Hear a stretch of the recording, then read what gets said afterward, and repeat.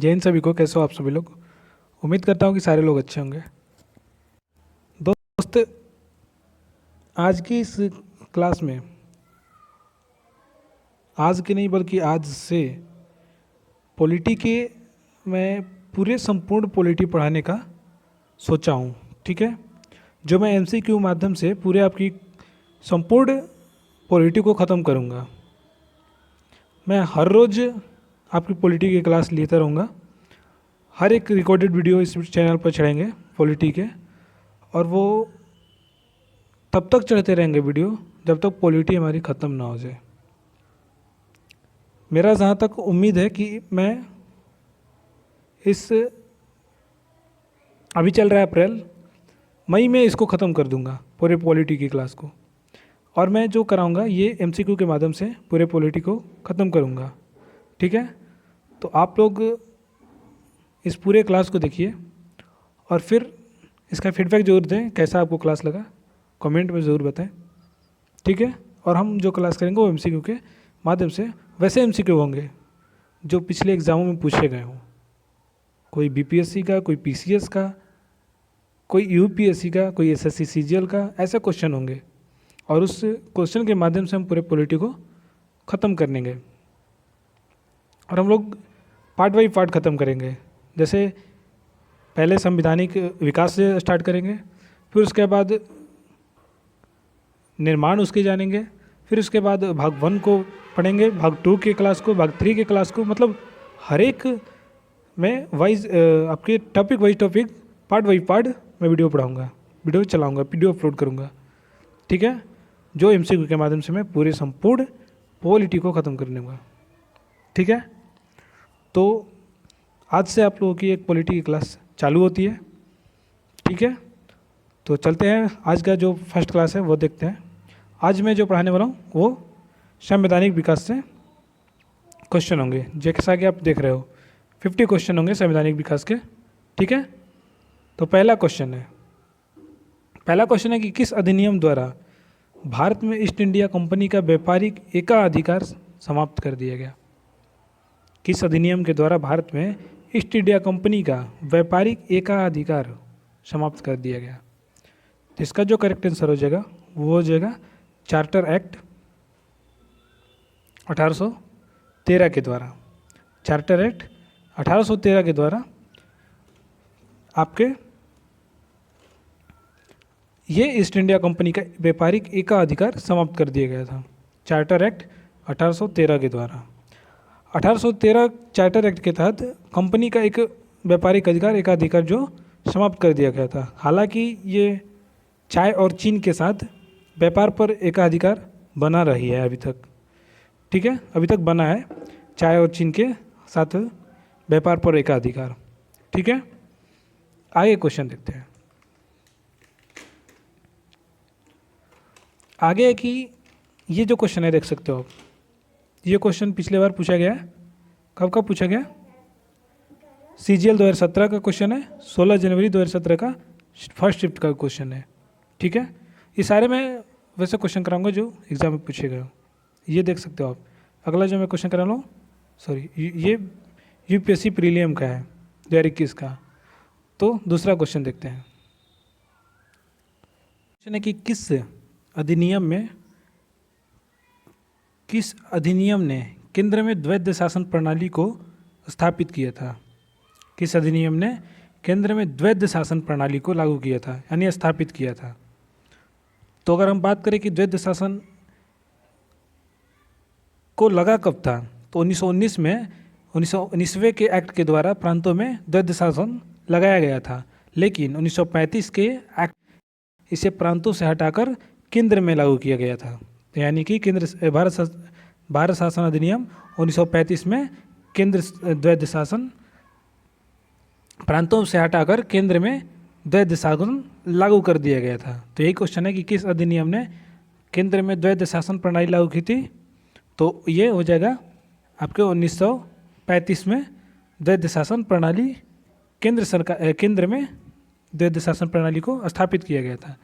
लेकिन लगा कब था? 1919 में 1919 के एक्ट के द्वारा प्रांतों में द्वैध शासन लगा था। ठीक है। आगे क्वेश्चन है कि भारत के लिए संविधान सभा का विचार सर्वप्रथम किसने प्रस्तुत किया था? भारत के लिए संविधान सभा का विचार सर्वप्रथम किसने प्रस्तुत किया था? तो संविधान सभा का जो विचार प्रस्तुत किया था वो किए थे स्वराज्य पार्टी के द्वारा हुई थी, ठीक है, स्वराज्य पार्टी के द्वारा। व्यक्तिगत रूप से एम.एन. रॉय ने 1934 में विचार दिया था और उसी वर्ष स्वराज्य पार्टी ने औपचारिक रूप से इसकी मांग कर दी थी, ठीक है। आगे क्वेश्चन, ये जो क्वेश्चन है बीपीएससी प्री 15 का है, 2015 का क्वेश्चन है, ठीक है। आगे सारे लेटेस्ट क्वेश्चन आएंगे, सॉरी। अगला क्वेश्चन है कि भारतीय विधानमंडल को पहली बार द्विसदनीय कब बनाया गया था? भारतीय विधानमंडल को पहली बार द्विसदनीय कब बनाया गया था? विधानमंडल को सबसे पहली बार 1919 में बनाया गया था, 1919 अधिनियम के द्वारा। मोंटेम्यू चेम्सफोर्ड सुधार 1919 के जरिए केंद्र में ऊपरी सदन यानी कि राज्य परिषद और निचली सदन विधान परिषद बनाया गया था 1919 के जरिए, ठीक है। आगे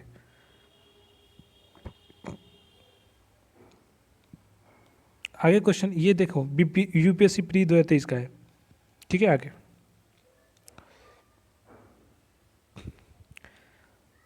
आगे के नियंत्रण बोर्ड यानी बोर्ड ऑफ कंट्रोल की स्थापना किस अधिनियम के तहत की गई थी?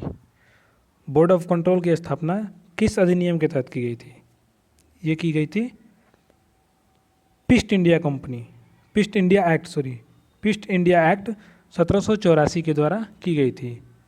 कंपनी के राजनीतिक और वाणिज्यिक कार्यों को अलग करने के लिए ईस्ट इंडिया एक्ट के तहत बोर्ड ऑफ कंट्रोल बनाया गया था, यानी बोर्ड ऑफ कंट्रोल की स्थापना की गई थी, ठीक है।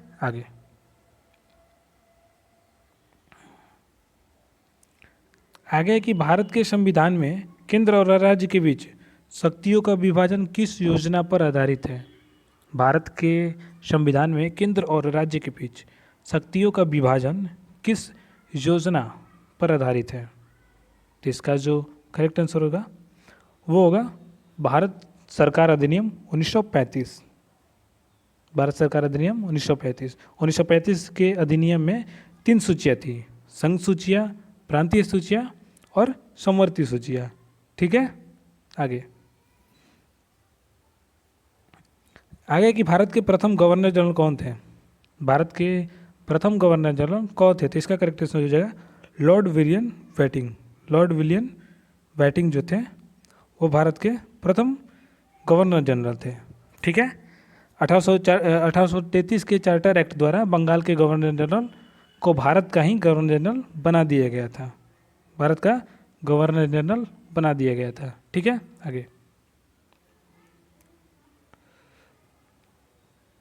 आगे कि सांप्रदायिक निर्वाचन का जनक किसे माना जाता है? सांप्रदायिक निर्वाचन का जनक किसे माना जाता है? तो इसका करेक्ट आंसर हो जाएगा लॉर्ड मिंटो को सांप्रदायिक निर्वाचन का जनक माना जाता है। 1919 के सुधार में मुसलमानों के लिए एक अलग निर्वाचन मंडल की शुरुआत की, जिसे हम सांप्रदायिकता का आधार तैयार हुआ, जिससे सांप्रदायिकता का आधार शुरुआत हुआ 1909 में, ठीक है। आगे कि किस अधिनियम के द्वारा जब भारत में संघीय न्यायालय की स्थापना की गई? किस वर्ष अधिनियम के द्वारा भारत में संघीय न्यायालय की स्थापना की गई थी? तो ये न्यायालय की जो स्थापना की गई थी 1935 के अधिनियम के द्वारा की गई थी, भारत में संघीय न्यायालय की।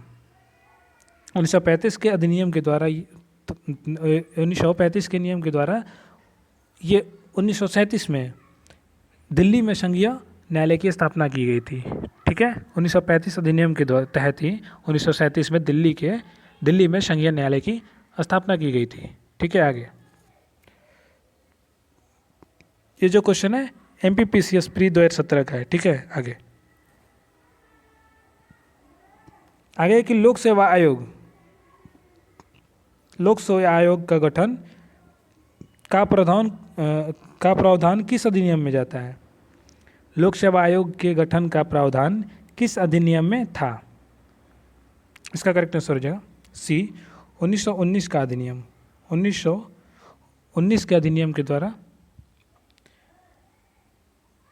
1919 के अधिनियम की सिफारिश पर 1926 में ली गई आयोग की सलाह पर इसका गठन किया गया था। 1926 में किया गया था। आगे अगला क्वेश्चन है, कोलकाता में सर्वोच्च न्यायालय की स्थापना का प्रावधान किसमें था? कोलकाता में सर्वोच्च न्यायालय ने सुप्रीम कोर्ट की स्थापना का प्रावधान किसमें था? तो इसका जो करेक्ट आंसर हो जाएगा वो हो जाएगा regulating act 1773। Regulating act 1773। Regulating act 1773 के तहत 1774 में ही कोलकाता में एक सुप्रीम कोर्ट बनाया गया था। ठीक है। 1773 के एक्ट के तहत 1774 में कोलकाता में सुप्रीम कोर्ट को निर्माण की गई थी। ठीक है। आगे क्वेश्चन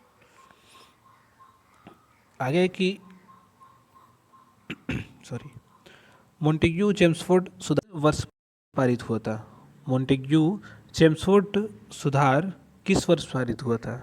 तो इसका जो करेक्ट आंसर हो जाएगा वो हो जाएगा बी 1919 में।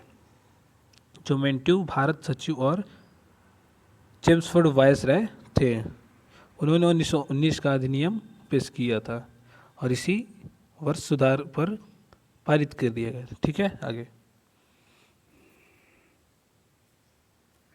आगे की प्रांतों में द्वैध शासन अधिनियम द्वारा प्रांतों में द्वैध शासन किस अधिनियम द्वारा लागू किया गया था? प्रांतों में द्वैध शासन अधिनियम किस अधिनियम द्वारा लागू किया गया था? तो इसका करेक्ट आंसर जो 1919 अधिनियम के द्वारा 1919 के अधिनियम 1919 के एक्ट के द्वारा प्रांतों के विषय को आरक्षित और हस्तांतरित कर दो भागों में बांट दिया गया था, जिसे द्वैध शासन प्रणाली कहते हैं। ठीक है।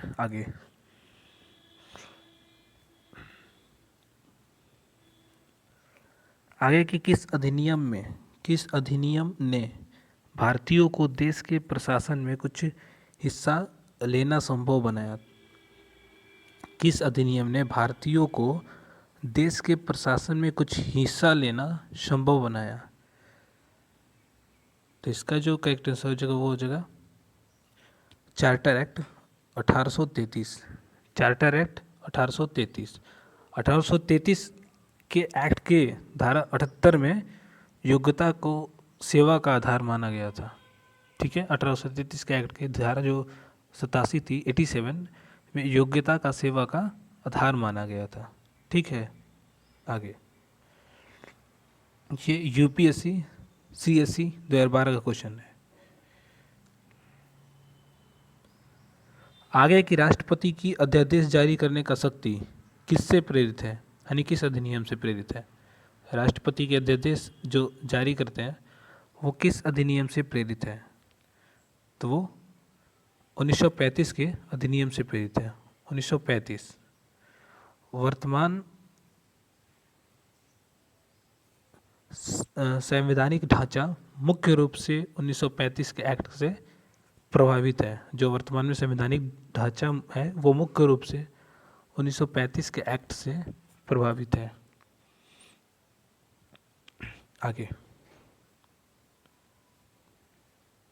आगे की कैबिनेट मिशन 1946 के अध्यक्ष कौन थे?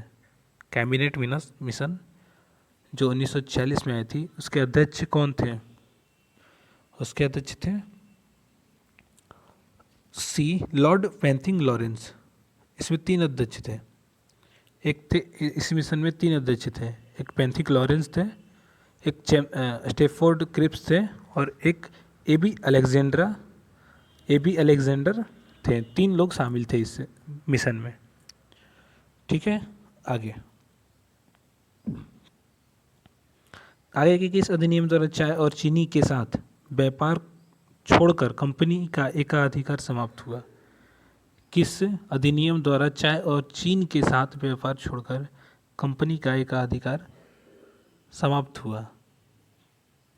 तो 1813 के चार्टर एक्ट से। 1813 के एक्ट द्वारा सामान्य एकाधिकार खत्म हुआ और पूर्णतः 1833 में हुआ था। आगे भारतीय संविधान का गठन किसके अंतर्गत किया गया था? भारतीय संविधान सभा का गठन किसके अंतर्गत किया गया था? कैबिनेट मिशन योजना के तहत। कैबिनेट मिशन योजना के तहत नवंबर 1946 में कैबिनेट मिशन योजना के तहत संविधान सभा का गठन किया गया था। ठीक है, आगे कि मार्लो मिंटो सुधार बिल किस वर्ष में पारित किया गया था? मार्ले मिंटो सुधार बिल किस वर्ष में पारित किया गया था? तो ये किया गया था 1909 में। 1909 में भारत के सचिव मार्ले और वायसराय मिंटो के नाम पर एक यह सुधार प्रसिद्ध था। यह जो भारत के सचिव मार्लो और वायसराय मिंटो के नाम पर यह सुधार प्रसिद्ध हुआ था। ठीक है, मार्लो मिंटो सुधार, और ये पारित किया गया था 1909 में। आगे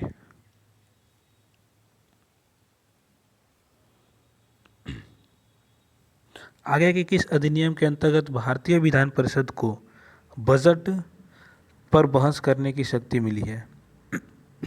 किस अधिनियम के तहत, किस नियम के अंतर्गत भारतीय विधान परिषद को बजट पर बहस करने की शक्ति मिली है? तो ये मिली है 1892 के अधिनियम के। 1892 के एक्ट में चर्चा का अधिकार दिया है, लेकिन मतदान का अधिकार नहीं दिया है। चर्चा का अधिकार दिया है 1853 के एक्ट में, लेकिन मतदान का अधिकार नहीं दिया है। ठीक है, आगे कि भारत के वायसराय को अध्यादेश जारी करने की शक्ति किस अधिनियम से मिली है? भारत के वायसराय को अध्यादेश जारी करने की शक्ति किस अधिनियम से मिली है? 1861 के अधिनियम से। 1861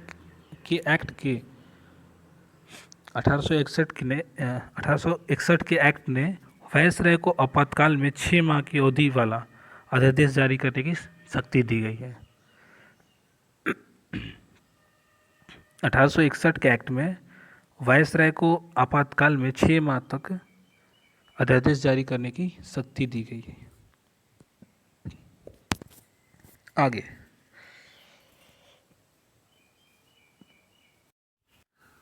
आगे कि बी आर अम्बेडकर का संविधान सभा में निर्वाचन कहाँ से हुआ था?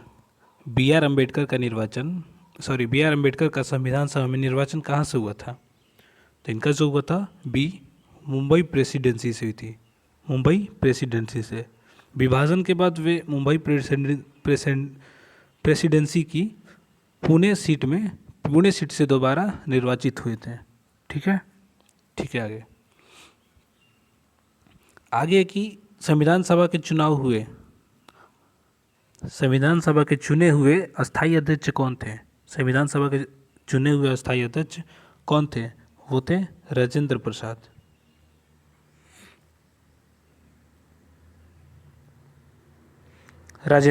ठीक है, 11 दिसंबर 1946 को डॉक्टर राजेंद्र प्रसाद अस्थायी अध्यक्ष चुने गए थे, जो दूसरी बैठक में चुने गए थे। संविधान सभा की दूसरी बैठक हुई थी। ठीक है, आगे आया कि भारत शासन अधिनियम 1919 किस पर आधारित था? भारत शासन अधिनियम 1919 किस पर आधारित था? तो ये आधारित था मॉन्टेग्यू चेम्सफोर्ड। इसने प्रांतों में द्वैध शासन प्रणाली जो शुरू की थी, इसने ही प्रांतों में द्वैध शासन प्रणाली शुरू की थी, मैंने अभी बताया। आगे आगे कि संविधान में आपातकालीन उपबंध कहाँ से ली गई है? संविधान में आपातकालीन उपबंध कहाँ से ली गई है? ये ली गई है 1935 के अधिनियम के द्वारा, 1935 का अधिनियम से। मूल आपातकालीन ढांचा 1935 के एक्ट से ही प्रेरित है। ठीक है, आगे आगे कि किस अधिनियम द्वारा वर्मा को भारत से अलग किया गया? किस अधिनियम के द्वारा वर्मा को भारत से यानी म्यांमार को भारत से अलग किया गया? ये अलग किया गया 1935 में, 1935 के अधिनियम से। 1935 के अधिनियम के तहत 1937 में वर्मा को अलग कर दिया गया था।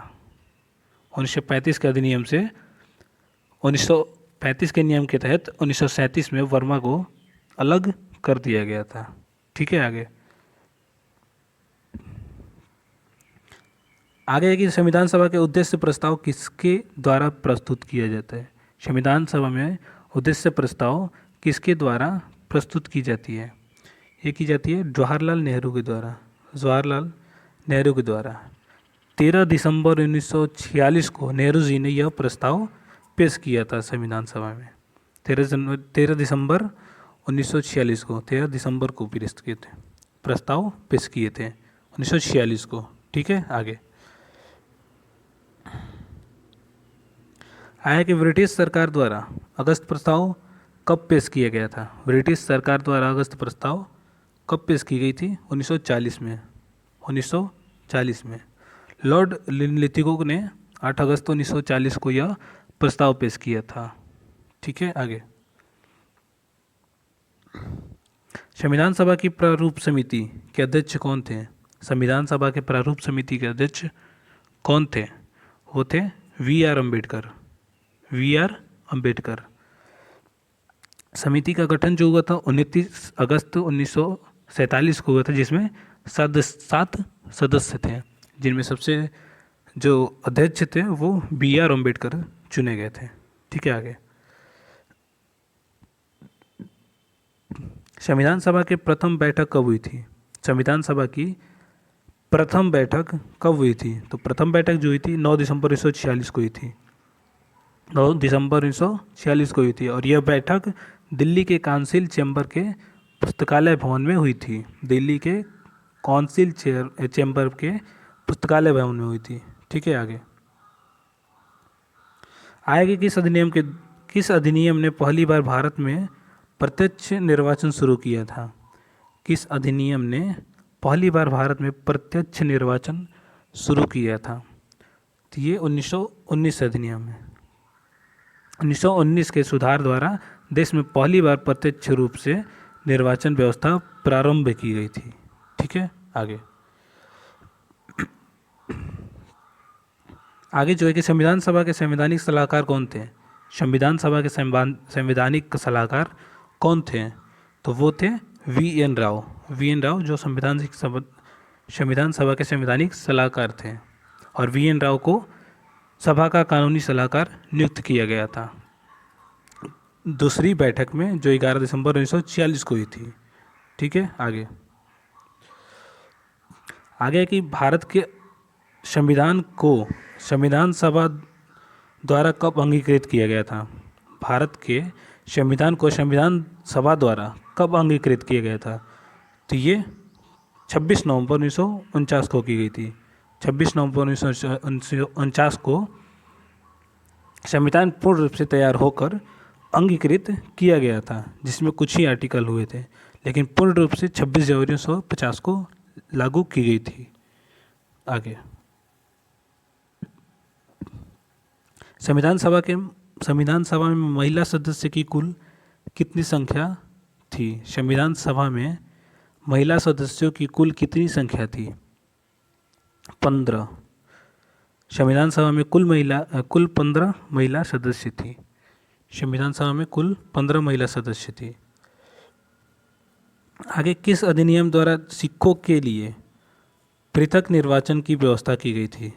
किस अधिनियम द्वारा सिखों के लिए पृथक निर्वाचन की व्यवस्था की गई थी? 1919 के अधिनियम के द्वारा। 1919 के एक्ट में सांप्रदायिक निर्वाचन का विस्तार सिखों और ईसाइयों तक किया गया था। आगे की अंतरिम सरकार 1946 में मुस्लिम लीग के कितने सदस्य शामिल हुए थे? अंतरिम सरकार 1946 में मुस्लिम लीग के कितने सदस्य शामिल हुए थे? 5 सदस्य। अक्टूबर 1946 में लीगों के जो सदस्य थे, 5 सदस्य सरकार में शामिल हुए थे। आगे भारत के पूर्ण स्वतंत्रता की घोषणा किस अधिनियम द्वारा की गई थी? भारत की पूर्ण स्वतंत्रता की घोषणा किस अधिनियम द्वारा की गई थी?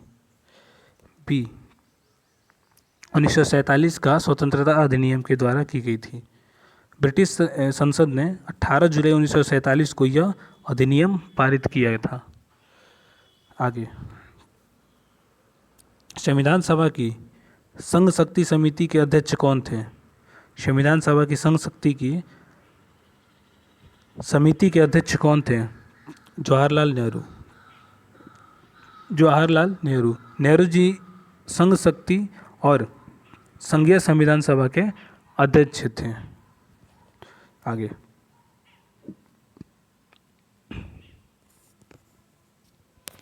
प्रांतों में उत्तरदायी शासन की शुरुआत किस अधिनियम से हुई थी? प्रांतों में उत्तरदायी शासन की शुरुआत किस अधिनियम से हुई थी? प्रांतों में जो हुई थी वो 1919 के द्वारा हुई थी।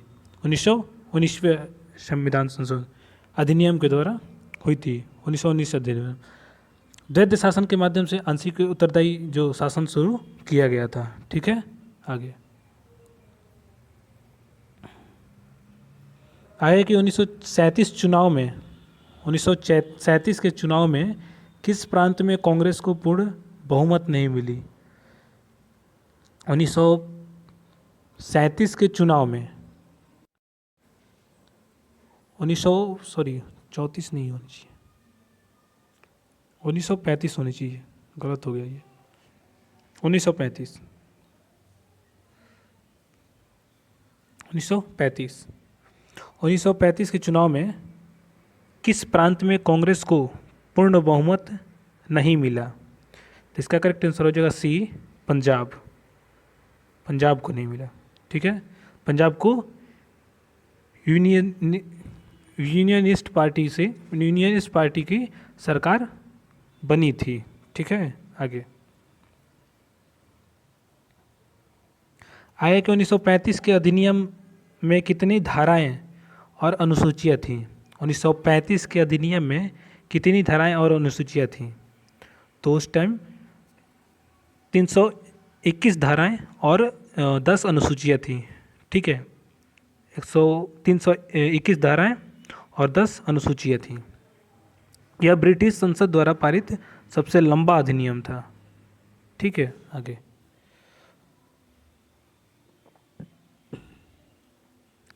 आया कि प्रांतीय स्वायत्तता किस अधिनियम की विशेषता थी? किस अधिनियम की विशेषता थी? 1935 के एक्ट ने प्रांतों में द्वैध शासन खत्म कर स्वायत्तता दी थी। ठीक है, आगे आया कि संविधान सभा के सन्मुख संविधान की प्रस्तावना का प्रस्ताव किसने रखा? संविधान सभा के प्रमुख संविधान की प्रस्तावना का प्रस्ताव किसने रखा था? नेहरू जी ने 13 दिसंबर 1946 को उद्देश्य प्रस्ताव के रूप में पेश किए थे। इन्होंने 13 दिसंबर 1946 को उद्देश्य प्रस्ताव के रूप में पेश किए। ठीक है, आगे आए कि किस चार्टर द्वारा भारतीय शिक्षा पर 1 लाख खर्च करने का प्रावधान हुआ? किस चार्टर द्वारा भारतीय शिक्षा पर 1 लाख खर्च करने का प्रावधान हुआ था? तो ये हुआ था 1813 के चार्टर द्वारा पहली बार शिक्षा के लिए फंड आवंटित हुआ था, जो 1 लाख रुपए था। आगे, झंडा समिति के अध्यक्ष कौन थे? झंडा समिति के अध्यक्ष कौन थे? राजेंद्र प्रसाद। अध्यक्ष राजेंद्र प्रसाद थे।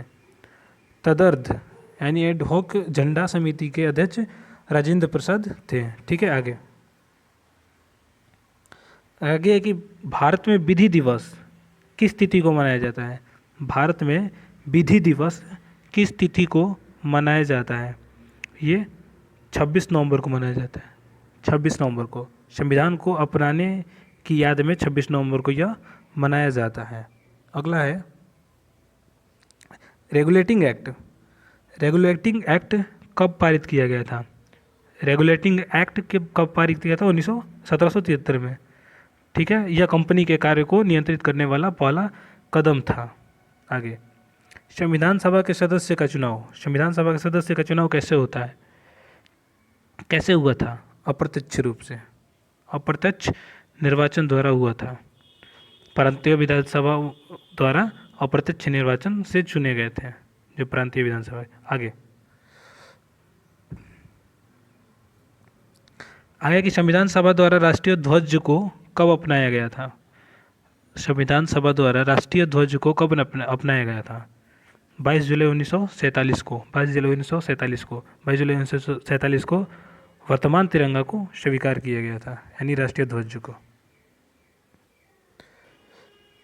किस अधिनियम के द्वारा गवर्नर जनरल को परिषद में कानून सदस्य जोड़ा गया? किस अधिनियम के द्वारा गवर्नर जनरल की परिषद में कानून सदस्य जोड़ा गया? तो यह 1833 द्वारा 1833 एक्ट के द्वारा लॉर्ड मैकाले पहले विधि सदस्य बने थे। ठीक है, तो आज वो का बस ख़त्म। ऐसे ही हर रोज़ चलेगी और हम संपूर्ण पॉलिटी को ख़त्म करेंगे। हर एक क्लास चलेगी, हर रोज़ क्लास चलेगी। मैं अपलोड हो जाएगी मेरी एक इसी यूट्यूब चैनल पर। हर रोज़ ऐसे ही क्लास चलेगी पॉलिटी की, संपूर्ण पॉलिटी की, और ये इसी चैनल पर वीडियो अपलोड होगी। ठीक है, तो आज बस इतना ही। मिलते हैं नेक्स्ट वीडियो में। जय हिंद, जय भारत।